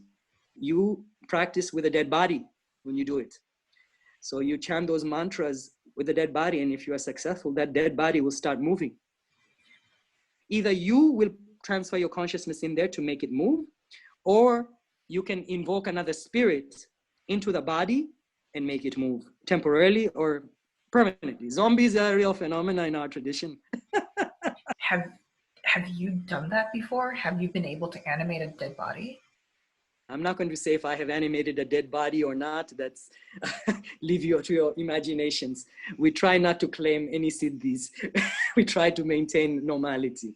If an Aghori were to do that, how Yeah. would they know that it's not just the rats or something under the dead body moving it? Is there something the dead body would say? Would they open their eyes and be like, why? When we do it, we put some oil in the mouth of dead body, and we put a wick and light the lamp from the mouth. We open the mouth and light the lamp from the mouth. And then we'd start doing the mantra sitting on the body. And yes, it comes to the point where either the eyes will open, the body will sit up. And if it's sit up, you have to push them down and kind of control the spirit. And it's a very terrifying experience. Here's another thing too. I mean, just being in the cremation ground, doesn't it smell? Yes, and this is one of the reasons we spend a lot of time in cremation ground is we Aghoris try to remember that this life is temporary. We are going to die. Right. All of us are going to die. And most people are oblivious to this fact. They forget that they're going to die, unless something like coronavirus comes along and then they're thinking about death more. But in the cremation ground, you can't escape the fact that this world is temporary. You can't help but to understand that death. And Shiva himself, he lives in the cremation grounds. It's one place where you can connect with Shiva the most, because he's the destroyer. Even the burning body is there. It's part of Shiva, destroying, and then he transforms it. So in the cremation ground, you think about how precious this life is and how we need to make the most of it to grow spiritually. What I really love about the Aghori mindset is making what we would consider profane, like cemeteries, cremation grounds, eating food out of a skull, to make the profane sublime. It's to not see a division. Nature is good and bad. Nature is, but ultimately it's good, but it's good and bad in the sense of nature kills with cruelty. But it's not real cruelty. It's just part of nature's course. Because nature has creation, preservation, and destruction. It's part of nature. And all goes back to nature in the eternal cycle through creation again, from what is destroyed. Even when we cremate the bodies never burn completely when they cremate it. There's still going to be parts of it, and then they throw it in the river. The turtles and the jackals go after whatever remainder is remaining, and the fish will eat it. There's actually in the Ganges, there's a type of alligator there, a prehistoric, almost dinosaur-looking type of alligator. They have a long snout, and they feed on those bodies too in there. They have like a nice barbecue for them.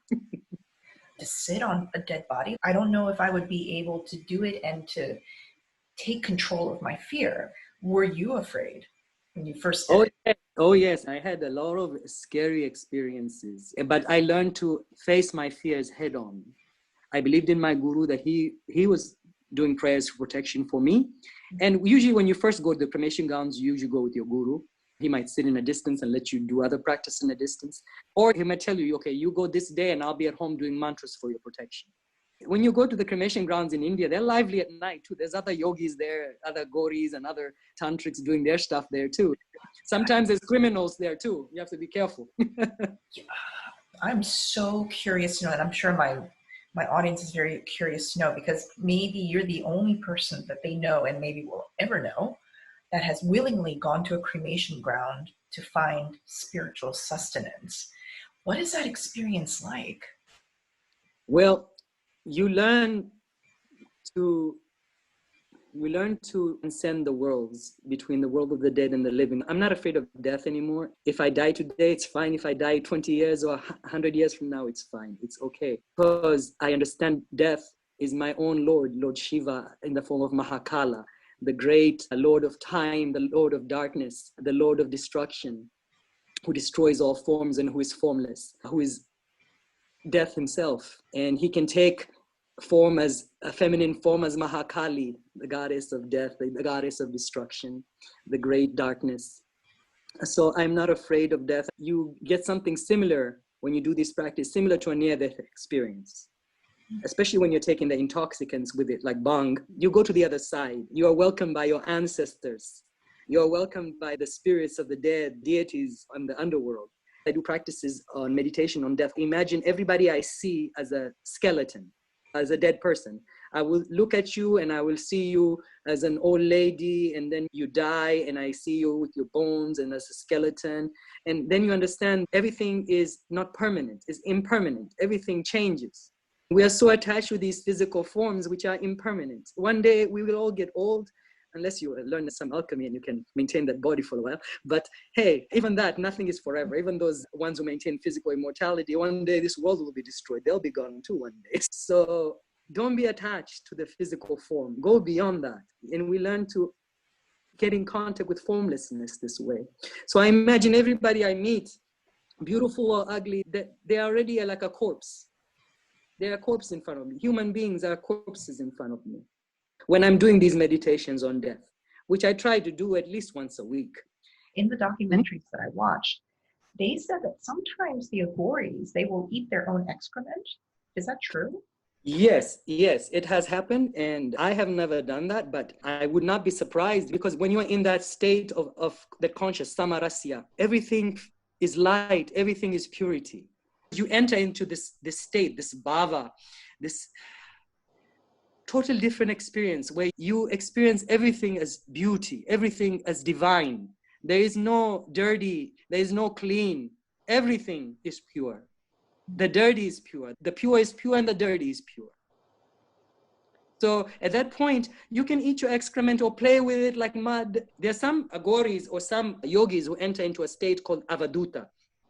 And avaduta is like a saint who loses consciousness of this physical world, you know? They are in this heavenly realm all the time, and sometimes they act like a child and do things that are not normal, like a crazy baba, you know? So they might play with their shit, but internally they're in this very high spiritual state of consciousness. They are in oneness with their divine. They feel so good and everything is blissful. Everything is truth, consciousness. Everything is bliss. Everything is oneness. And in that state, you cannot make these distinctions. And so some Aghoris also eat human flesh. We might, in that state of consciousness, with that burning body, we might go grab a piece of the leg and start chewing in it, because you're in this state where everything is one. The meat makes no difference, whether it's the meat of a fish or the meat of a chicken or the meat of a human being. It all becomes just something to sustain the body. It's just meat. So it has to do with the state of consciousness you enter when these happen. And sometimes it's done just out of breaking certain taboos. You didn't have to make me eat human, although I have had human too. And don't ask me how it tastes. People ask me, people want to find out, oh, does it taste like chicken? Human tastes like human. I've done it twice in my life. Some people do it in a regular course of thing, you know, who live in the cremation grounds. Even though I've never personally experienced that state where everything is pure and everything's transcended, I can imagine what it would be like. I can also imagine that that state feels perhaps the most natural. Like it's, yes, right? It's actually the natural state without all the accumulations of programming and garbage that we have taken, not just in this life, but in many lifetimes. Yeah, so it's like a state of a baby, the purity of a baby.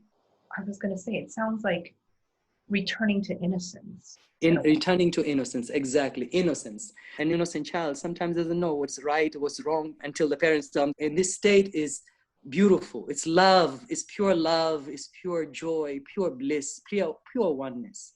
Purity, luminous, so much light. Everything is light. Everything melts away in light.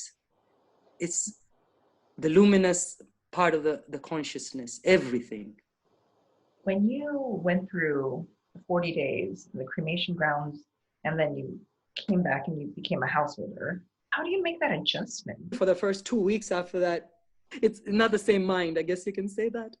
And then when you come back to normal, because the material world, what we call in India, Maya, the goddess Maya, the part of the divine mother that creates illusion of the material reality, she's very enticing, and the material world can bring you back to earth very quickly.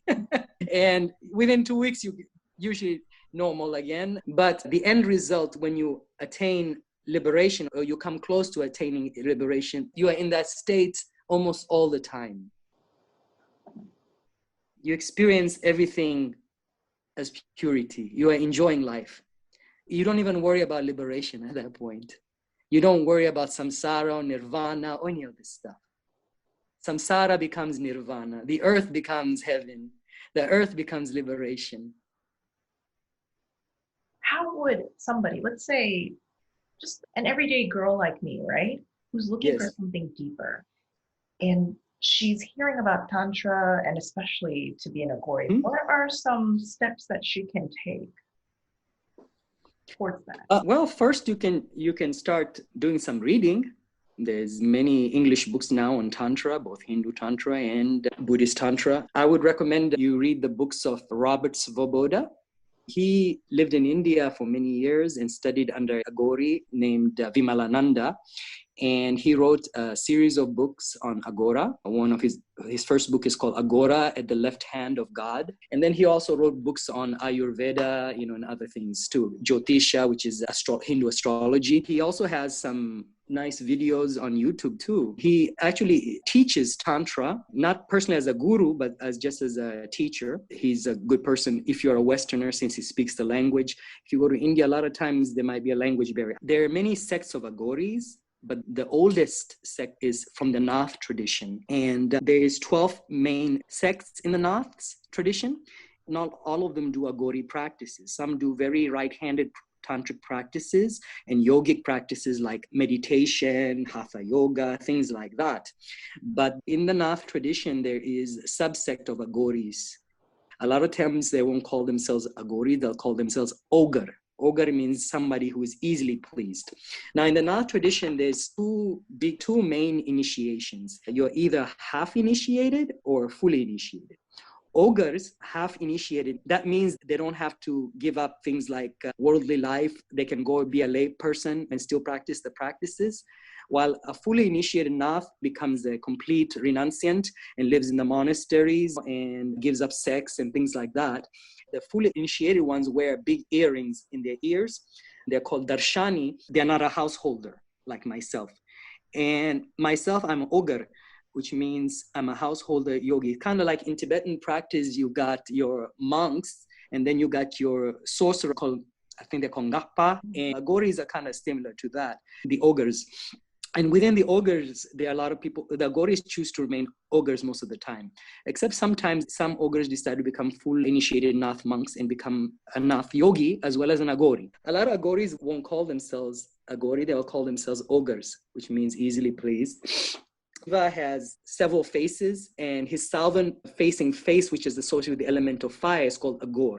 And the word Aghor means not horrible. It means something that's not terrifying. The word Ghor in Hindi or in Sanskrit means something that's terrifying, something that's dark, evil, horrible. So Aghor means something that's not terrifying, not horrible, not evil, not dark. It's pure, it's light, it's stainless. Most Aghoris belong to the Nath Sampradaya, although there is another sect of Aghoris called the Kinarami Aghoris, which are headquarters in Varanasi, and they follow a Baba named Baba Kinaram who lived centuries back, who received his initiation from Dattatreya, that incarnation of the divine who was an incarnation of both Brahma, Vishnu, and Shiva, and who learned from nature. So Baba Kinaram received his initiation from Dattatreya, and he started his Aghori tradition also. And sometimes these Aghoris want to claim that they are the only Aghoris out there. They don't do as much darker practices like we do.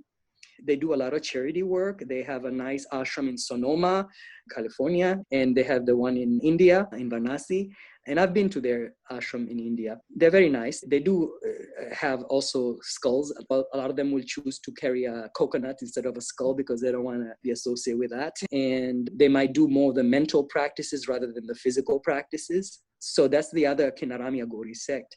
But we are the Nath Aghoris. And like I said, Nath tradition is a very old tradition. And it's often called the Nath tradition, which means the 9 Naths. And there were basically 9 very enlightened Naths. The first one was Adinath, who is Shiva himself. Goraknath is probably the most important. He was the 9th one, and also he kind of created these 12 sects of the Nath tradition, and these sects spread the Nath teachings around the country and the world. And there's other countries with the Nath tradition. I met a lot of Russian Nath yogis, in India, and they do similar practices. Although the Nath themselves, they will do more the right-handed practices rather than the Aghoris focus more on the left-handed practices. In Aghora, you really answer to your guru. We pay respect to the tradition, but our gurus are paramount. Their word, until you become a pir yourself, their word is law. There's 12 different sects of the Nath tradition, and the Aghora subsect within the Nath tradition. Aipant is the sect my guru came from, Bhutnath, and also my second guru came from that sect too. And the Aipanti sect, the name comes from a female guru named Ai Devi, who was considered an avatar of Divine Mother Durga. And so a lot of our practices, we do a lot of work with the goddess Durga. There's a text called the Durga Saptasati, which are 700 verses in praise of the Mother Durga. And we recite that sometimes and do tantric procedures from that text, working with the 9 faces of Durga. And we also work with the 10 faces of the Divine Mother too, that I mentioned before, the Dasmahavidya. And we also worship the gurus of our tradition, the 9 Nath, who are considered like spiritual elders, who guide the tradition from behind the scenes. They are immortals also. The immortality might be physical or spiritual. One of these Nath is also Babaji. He is the one who called me. And he's also considered an incarnation of Shiva too. We have a mandala or a yantra. It has our cosmology, has all these different gods and goddesses in a diagram. In the center of that diagram is a swastika. Swastika was actually an ancient Hindu symbol before the Nazis decided to desecrate it. And then around that swastika is a triangle. The swastika itself represents the movement of energy from Om into the universe. Om is a sacred word that creates all reality. And the triangle represents 3 energies that make up creation. Icha Shakti, Kriya. We have also a diagram of the 84 Mahasiddhas. We have 84 great beings who attained the one taste state of consciousness, enlightenment, liberation. And some of these Hasiddhas are the same ones that are also accepted in Tibetan Buddhist tradition. So there's an intermingling there on these two traditions, intermarrying. The Tibetan Buddhist tradition originated from India, which was then later on exported into Tibet by some yogi scholars. There's also areas, in India, they're called Shakti Pitas. There's like 51 places where it's believed that the goddess's energy is very strong in their place. There's always these little myths. And there's a story that the goddess Sati, there was a festival. Her father made a festival, but he refused to invite Shiva. And Sati got so upset because she was in love with Shiva that she jumped in the fire and immolated herself. She didn't burn, but she died. And then her body was cut into 51 pieces and thrown all over in India and parts of Pakistan, Shakti Pitas, which these places are very powerful portals, basically, of sacred energy. And a lot of spiritual practitioners, tantrics, have done a lot of tantric sadhana in these places, tantric. And when you go to these places, you can receive Shakti energy from their practices to help you in your practice. And these places are almost like liminal spaces. And one of my guru's practices was to go to all these different Shakti Pitas all over India by foot. And he would go from one to the other to other. I have not gone to all of them, but I have been to some of them. And they're very powerful. A lot of times there's temples built in those places. I went to one in Pakistan for Hinglaj Devi, which is a divine mother, goddess figure in Muslim Pakistan. And, a lot of Muslims come to pay veneration to her. They call her Nani Devi there, and they worship her, but as a saint. And in that place, there's also a flame. It's like a cave. And there's a stone there that is supposed to represent her. But there's also an ever-burning flame that comes from deep under the earth there that's been burning continuously for thousands of years, according to the people, the caretakers. That's a sacred place for the Aipanti tradition. We go there sometimes on pilgrimage, even though it's in Pakistan. And Pakistan used to be part of India at one time. If you go to India and you go to cremation grounds and you see Babas dressed in black, usually they are Aghoris. Not always. Sometimes it's just people trying to attract tourists. A lot of times they're not Aghoris. They're poor people, beggars that decide to put on the garb to trick people to make some money from tourists. And it's okay, because we believe that the people who are supposed to find the true Aghoris will find the true Aghoris, and the people who are supposed to find the tricksters will find the trickster. So sometimes it's their karma, you know. I found an Aghori in the least likely place, Buddhist temple in Houston. One of the first like witchcraft courses that I took, it's very, very popular, and it's run by a woman. And one of the things that she has us do without learning any grounding or protection is she has us go to a cemetery and to do some sort of spell there. And that's what I learned. And so that's what I did for quite some time. I never had problems with anything following me back, but one student finally did. And after that, there was a huge sort of like uprising of students like going against this teacher, because they're like, you never taught us anything about protection, or that it could be dangerous going to a cemetery. Now we realize, oh, wait a second, we're going to a cemetery. A lot of traditions have their own way of approaching a cemetery. When you go to the gate, before we enter the cemetery, we might make an offering of alcohol or coins. One of the things we Aghoris do for protection is we sprinkle sacred ashes on ourselves. We take ashes either from a sacred fire ceremony that was done, a Havan ceremony, or we take ashes from the dead person who was cremated. Because when they're cremated, they're also cremated with mantras and stuff like that. So it becomes sacred ash too. And we prefer that one actually when we can get it. In the cremation grounds, just grab some ash from the funeral pyre there, and we put it all over our bodies. And it has two reasons for that. One reason is, first of all, it keeps away mosquitoes and bugs. The second reason, it protects you with the mantras that were chanted, as well as it helps you to resonate with the world of the dead, where they think you're one of them and they don't attack you. So a lot of the rituals we do with spirits, we try to enter into resonance with them rather than forcing. There are rituals where spirits can be forced, but sometimes we try to enter into resonance. We try to put our own consciousness, similar consciousness to them. So we might create an image around our energy, subtle bodies of a very terrifying deity to work with a terrifying spirit. So they think we're one of them. It's kind of like in the ancient custom of Halloween. Originally, people used to wear scary costumes because Halloween was a time when the veil between the two worlds was thin, very thin, according to European lore. And so people would see ghosts and spirits and demons and things like that. And so for them not to affect you or to attack you, they would dress like them. So they think you're one of them. And also they would leave like a candle light on a pumpkin outside to give them light, as well as the candy as offerings to the dead or the spirits. That was that we try to get into resonance with the spirits that we work with. And one of the ways I learned to see the dead when I was doing these practice in cremation grounds, you know how women wear eyeliner? In India, some women and some men also wear the eyeliner, and they would mix it with the ashes of the dead person. And then they would chant certain mantras while it's being put together, and then you'd make the eyeliner. And so your eyes become into resonance too with the world of the dead. You might take some in your mouth to eat too.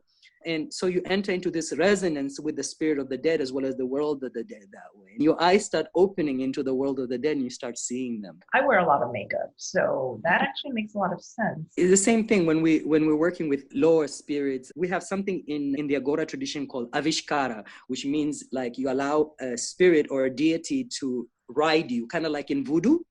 You know how the Loa descend and ride the people and speak to them and give guidance to the community that way. We do something similar in Aghora and in some tantric traditions too, where we first dress as their particular deity or as their particular spirit. Let's say wanted to call Emperor Akbar, you might dress as an emperor. And then you also try to put yourself in the mindset of the pride of a deity or the pride of an emperor, the bloodthirstiness of Kali. You try to put your mindset in that, as well as dressing like her, carrying some skulls and dressing wildly and stuff like that.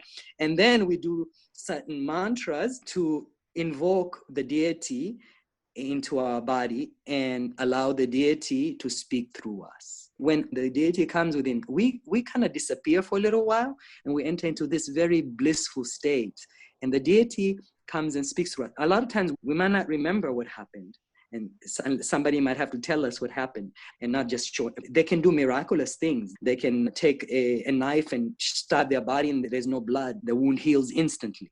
Or they might put their hand through fire and they don't get burned. I might be dealing with somebody who is suffering from a particular illness and I don't know how to deal with that illness or to heal that person. So I allow the spirit of a doctor to come through me and give the guidance that might be needed to help that person. It's so interesting to see how all these spiritual traditions, so many overlaps. One of the things that fascinates me, having studied several traditions, is how worldwide the spirits work similarly. They use similar ways of working. There might be some minor differences, like the substances that I use, the herbs that I use. European herbs might be different from what they use in Africa or the plants. But there are some similarities, like the spirits riding a person and speaking to a person. That's very similar in many traditions. In Santeria, in Voodoo, in Wicca, they have the descent of the goddess into the body of the priestess. The spirits teach sometimes. They'll teach us little spells to do too. And these are very similar to folk magic that you'll see in hoodoo or something like that, where the spirits teach us to do. Go get this plant, or get some graveyard dirt, or get some dirt from the crossroad. It's very similar. You think you're doing hoodoo, but it's the folk magic that the spirit in Aghora taught you. 100%. 100%. Folk Tantra is very shamanic type Tantra. Religion before the Vedics came down into India was very folksy and shamanic. There's even some tribes that lives in the southern part of India. They're like very shamanic tribes. And so Aghora is kind of a mixture of the two, I believe. Just like Hinduism itself is also a mixture of Tantra and actually Vedic Hinduism. Like originally the Vedic Hinduism, they did not worship statues. They only did fire ceremonies. They would make offerings to the Aryans originally. But when they incorporated the tantric traditions, they used images like the statues. So it's interesting, the intermingling of these things. But some people who are into the right-hand path, they only want to focus on the classical type of Tantra. Everything has to be proper and no dirty things, no this, no that, no magic. We are only doing this for spiritual purposes. And, you're doing for anything else is bad. It's like, really? The universe has so many possibilities and you want to limit yourself.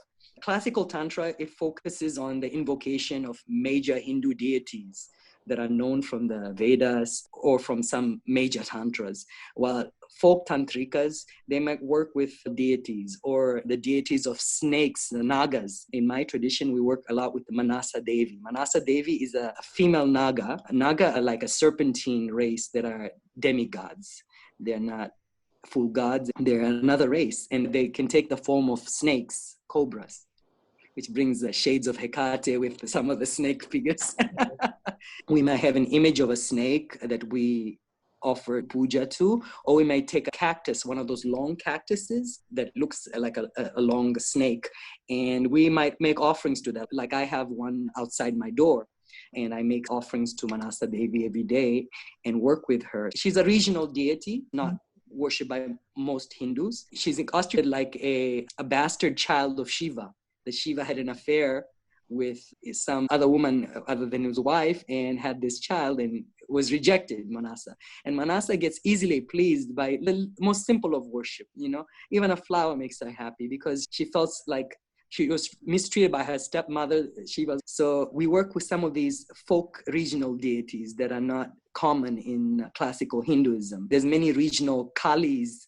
There's not just one supreme Kali. There's also many regional Kalis, different aspects of Kali that are worshipped in certain villages. And you'll see a lot of in the folk Tantra things like where the deity is invoked in the body of the human being and speaks to the human being to give healing or blessings or guidance. But you won't see that too much in the classical Hindu tradition, where we only believe the deity can only be invoked into a statue or something like that. So that's the difference that we have in our tradition. We are a mixture of the folk and the classical. And then we have things like working with ancestors and the dead. The first thing that my guru taught me was something in Hinduism called Pitri Tarpana. Pitri Tarpana means making offerings to your particular ancestors, usually 3 generations back, and then you can go further after that. But you build a relationship, you make offerings. Now, some Hindus might do Pitri Tarpana only when their family member dies or once a year during certain time. But we Aghoris might do it almost every day. or once a week where we make offerings to our ancestors. And you find something similar in traditions like Voodoo and Santeria, where they honor their ancestors in almost a daily way, you know. Classical Tantra itself, as well as classical Hinduism, they don't put much emphasis on working with the dead. They put more emphasis on working with deities. They're even afraid to touch the dead sometimes. Like regular Hindus, just like regular Christians. That person who you loved, you know, all your life dies, and suddenly you're afraid to touch their body because they died. Come on. Are they going to harm you? No. They loved you. They're only going to do good to you. They're not going to harm you. So we work with our ancestors in Aghora, and we are a mixture. You know, we also do rites of transmutation of energy involving sexuality, death. We don't shy away from acquiring siddhis, powers, you know, while the classical Tantra will tell you, oh, you should only do this for liberation, for spirituality. We say we can enjoy our siddhis, we can enjoy our powers, our sorcery, and we can also attain liberation at the same time. There's no liberation without pleasure. So we enjoy both. I like that. We do rites of death and sexuality in folk Tantra as well as in Aghora, but in the classical Tantra, a lot of times they avoid sexuality, or they might do it just in a symbolic way. We also have a shamanic dimension in our tradition. So we might do things like go out of our bodies with our subtle bodies, spiritual healing, astral journeys to other worlds. We might do divination. There's many different forms of divination in India. I've seen people do Kauri divination. Like in Santeria, we have a geomantic tradition called Ramal Shastra. We have similar symbols that the geomancy that use in the West. The spirits, they speak to all cultures. And they give similar teachings to everywhere. It doesn't mean this culture learned from another culture. The spirits taught them directly most of the time. And we have palmistry, we have astrology. Jyotisha is astrology, Hindu astrology. We invoke the deity and we hear the deity. One of the practices that I learned from my Sri Vidya teacher was developing clairaudience and clairvoyance. Even though he was a right-hand path tantric, he had a crystal ball. And he used to do scrying on crystal ball and see the future that way. So this is not just in a Western thing, you know. Another thing he taught me was to be able to hear the spirits. He told me to take 2 conch shells, those big shells, you know, conch shells. And every day, spend 30 minutes to an hour listening. Just do the conch shells, just listening. First, you might put a glass of water in front of you with a candle in front of you, or in India, they would use an oil lamp, but in the West, you can use a candle and a glass of water. Then you would pray to your deity that you believe in to speak to you. And so the glass of water is an offering to them, and the light as an offering.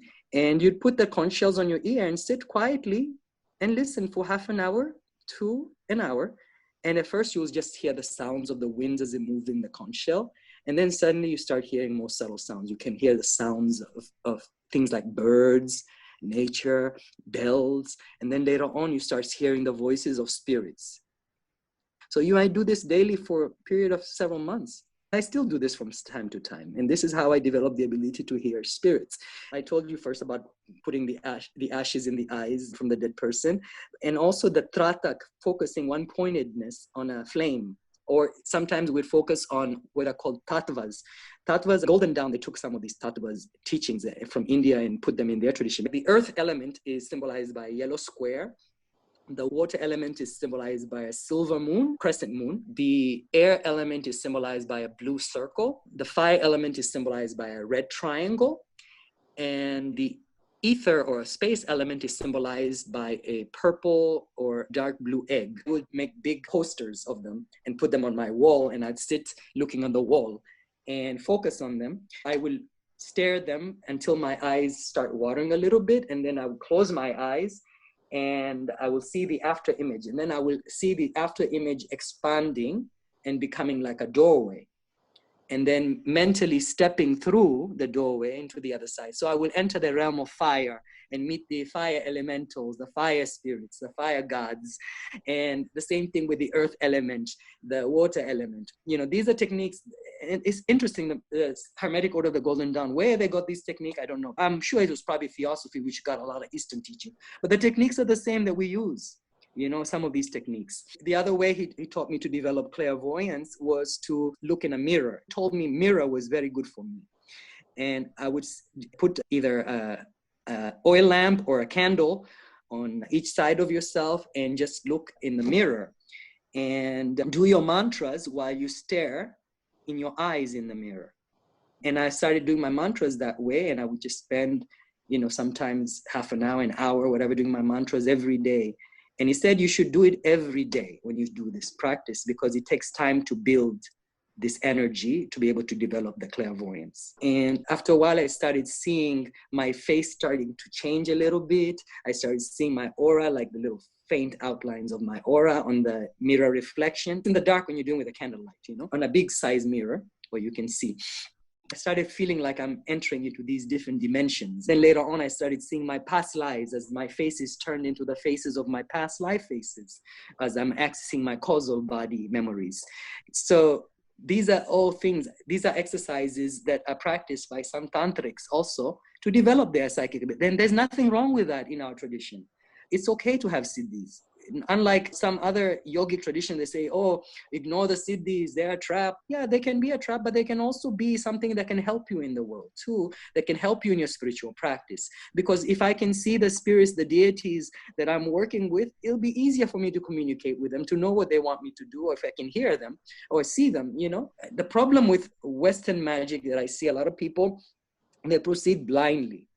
Instead of developing their psychic abilities first, they want to evoke the spirits or the gods. The god comes in, or the goddess comes in, or the spirits come in, and they're not seeing them, they're not hearing, they don't know what's going on. And so you just basically get a pissed off spirit, and they're like, what do you want? These people are still commanding the spirits, come now, in the name of Yaheshua, Yahodi, this. The spirits, they're looking at them. I'm waiting, hello. It doesn't take too much to call the spirits. People think you have to go through all the theatrics. You don't, but you have to be aware subtly to be able to know that the spirit is there and be able to either hear them or feel them or see them, to be able to know how to work with them. And so a lot of people might evoke or invoke a spirit, but they're clueless. So we spend some time in psychic development too. When we do those elemental practices that I talked about before, that also helps to purify the chakras and energy centers to be able to develop these abilities. And these siddhis are fine, as long as you don't misuse them. When you start misusing them, then you can have problems with your karma, and you might have problems with the deities that protect another, because everybody has a deity that protects them, whether they know them or not.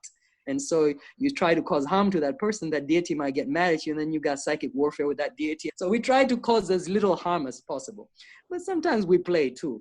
Like I knew an Aghori that would take free train rides in India, all over India. And people knew him, would let him get on the train, no problem. But then one time there was a train master, and they said, give me your ticket. And the Aghori said, I'm a monk, I don't have money. And he said, well, I'm not gonna let you get on this train.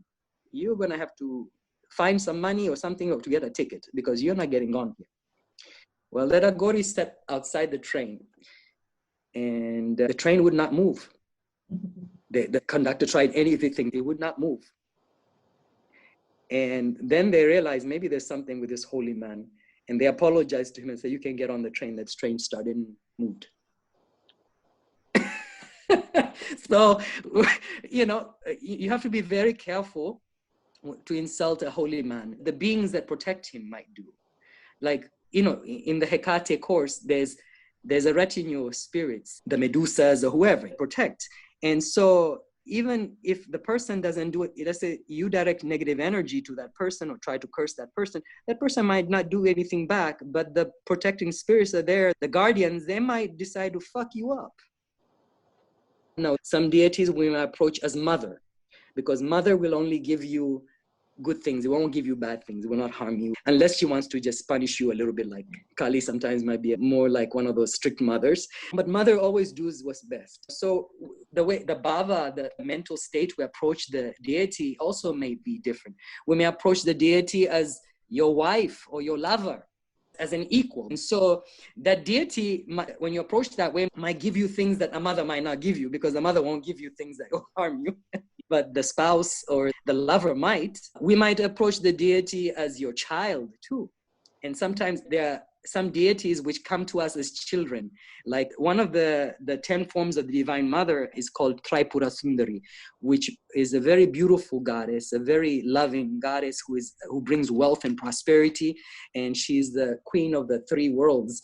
But she also has a child form of herself that she comes to sometimes called Bala Tripura Sundari. She looks like a little girl. And so a lot of people, when they work with Tripura Sundari, first start worshiping her as Bala Tripura Sundari, the child, because the child is easy to love and it's easy to build a relationship with the child, and they don't want much. You might give them some candy or things like that. But the child can throw temper tantrums too. And my goodness, I saw one deity one time who scared me. It was a child deity. Shiva can also come as a child. One time I was in an ashram in India, and they were chanting his mantra. And most people, like I said, most people are blind. They don't see the deities. So I'm sitting there, and I had developed some of my abilities already. And so they're chanting, Om Bam Batukaya Namaha, Om Bam Batukaya Namaha. And people are clapping, and all. There's a lot of Westerners, they're all dancing, and Om Bam Batukaya Namaha. Now I'm sitting there, and then I suddenly start feeling cold, a chill coming to me, like the goosebumps, you know? And then I saw this child, a dark-skinned child who had these eyes that were red, and he had like blood coming out of his mouth, and he had a knife, and he looked like a psychopath that was about to kill all of you and slaughter you all. I mean, it looked like a child killer from one of the worst horror movies, Chucky or something. It was so scary. And even for me as an Aghori, this child is moving in very subtle movements, like a little dance thing, and with his knife, like, I'm gonna slaughter you, motherfuckers, like Chucky. And I'm like, these people have no clue what they're going, Om Bam Batukaya Namaha, dancing. So the things you see on this path are amazing sometimes. Some of our philosophy can be found in 3 main books, which I'm going to list, and I hope you put this also on there so people will know it. One is called the Avaduta Upanishad. It's one of the Upanishads, is one of the Hindu supplementary scriptures. The other one is Goraksha Vachana Sangriya. And the other one is called Siddha Siddhanta Padati. These 3 books explain some of our philosophy. I'm not sure if I know some of them have been translated in English. I'm not sure if all of them have been. Now, I'll tell you why I went with a second guru, by the way, in Aghora. Because my first guru was Bhutnath, and my first guru decided to leave the Nath tradition after many years. He went and embraced another Shaivit yogic tradition from South India. He found another guru from the tradition who was not an Aghori. He was practicing this other tradition, and he found a resonance with him and his teachings, and he was getting disgusted with what was going on with the Nath tradition. Some of the Nath teachers, they were basically shunning the Aghoris, even though they are part of their tradition. So they only wanted us to do the right-hand path stuff. And some of the Nath teachers got involved in politics too. It's like actually one of the big politicians in India who runs one of the states in India is a Nath, a yogi guru, and he's politicized a lot of things, and so he didn't like those things. So he decided to completely wash his hands clean of the Nath tradition and renounced it publicly and left and went to the other tradition. I decided I still wanted to stay, but I felt kind of lost when he left the tradition.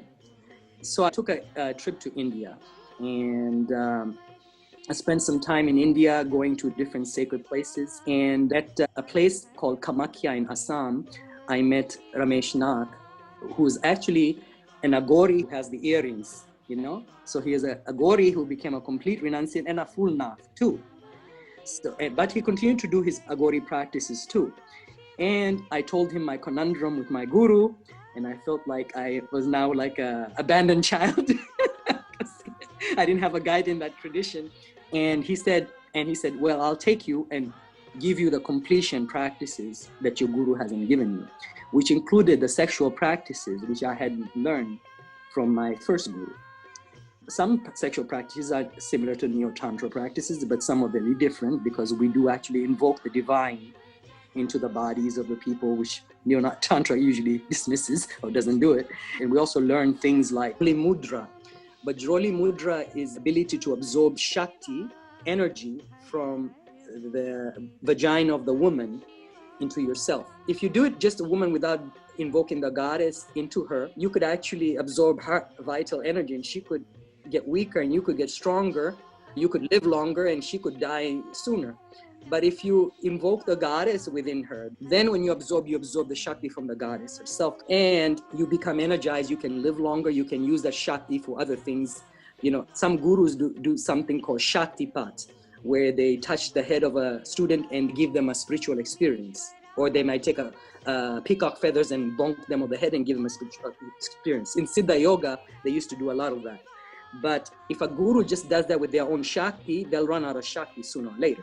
But if you can learn a way to access unlimited Shakti, not just taking the Shakti of the woman, but taking the Shakti of the goddess herself as your lover, you can actually energize, you'll have unlimited Shakti to be able to give people spiritual experiences without any problems. So I learned that. I also learned how to send my consciousness into a dead body and things like that I had not learned from my first guru. But I think my real guru, my supreme guru, will always be Babaji, who guided me from the beginning.